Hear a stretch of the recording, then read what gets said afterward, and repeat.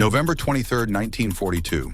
The SS Benlamond, a British merchant ship, is torpedoed by a German U-boat in the South Atlantic. As the vessel sinks into the murky depths, one man clings to a wooden raft, unaware that he's about to embark on one of the most remarkable survival stories in maritime history. This is the tale of Poon Lim, the man who survived 133 days alone on the open ocean. World War II, a time of global conflict when the oceans themselves became battlefields. For merchant sailors like Poon Lim, every voyage was a gamble with death. But Poon was used to taking risks. Born in Hainan, China, he had left his homeland at 16 to work on British merchant ships. Now at 25, he found himself facing a challenge that would push human endurance to its very limits. As the SS Benlamond sank beneath the waves, Poon managed to grab onto a wooden raft. 8 feet square, it was stocked with some basic supplies, a few tins of biscuits, a jug of water, some flares, and a flashlight. But as Poon would soon discover, these meager rations were woefully inadequate for the ordeal that lay ahead. Within days, the biscuits were gone. The water, carefully rationed, lasted barely 2 weeks. Poon knew that if he wanted to survive, he would have to become resourceful.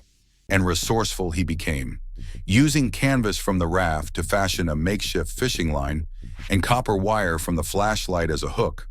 Poon began to fish, but catching the fish was only half the battle. How do you eat raw fish without fresh water? Poon's solution was ingenious. He discovered that by cutting the fish in thin strips and hanging them in the sun, he could dry them out enough to eat without becoming deathly thirsty. But the ocean is a fickle provider. Some days brought bountiful catches, others nothing but the endless expanse of blue. Seabirds became both a blessing and a curse. Their meat provided vital nutrients, but catching them was dangerous work. One wrong move and Poon could easily fall from his tiny raft into the shark-infested waters below. As days turned into weeks and weeks into months, Poon's ordeal became a master class in survival techniques. He learned to catch rainwater in a canvas funnel. He figured out how to rig a simple sail to his raft. He even managed to catch a shark using a pole made from a half-raised oar to bludgeon it to death. But perhaps Poon's greatest asset was his mental fortitude.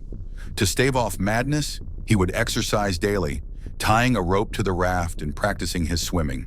He sang songs and told himself stories, anything to keep his mind active and hope alive. Salvation came ironically in the form of those he had been fleeing. On April 5, 1943, after 133 days adrift, Poon was rescued by Brazilian fishermen. He had lost 20 pounds but had survived an ordeal that would have killed most people many times over.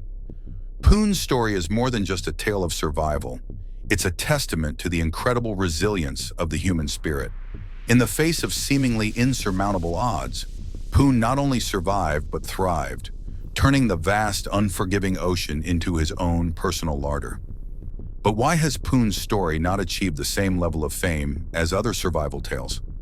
Perhaps it's because his ordeal took place against the backdrop of a world war, where individual stories of heroism were often lost in the larger narrative of global conflict. Or maybe it's because Poon's quiet determination and resourcefulness don't fit neatly into our Hollywood-inspired notions of dramatic survival stories. In his later years, Poon would say, "I hope no one will have to go through the same experience I did." But he also added, "I shouldn't like to go through the experience again.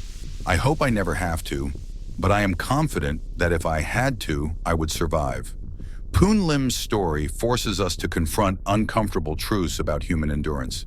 It makes us question our own limits, our own capacity for survival. In a world where we often feel overwhelmed by the challenges of daily life, Poon's tale serves as a stark reminder of what humans are capable of when pushed to the brink. So the next time you face a challenge that seems insurmountable, remember Poon Lim.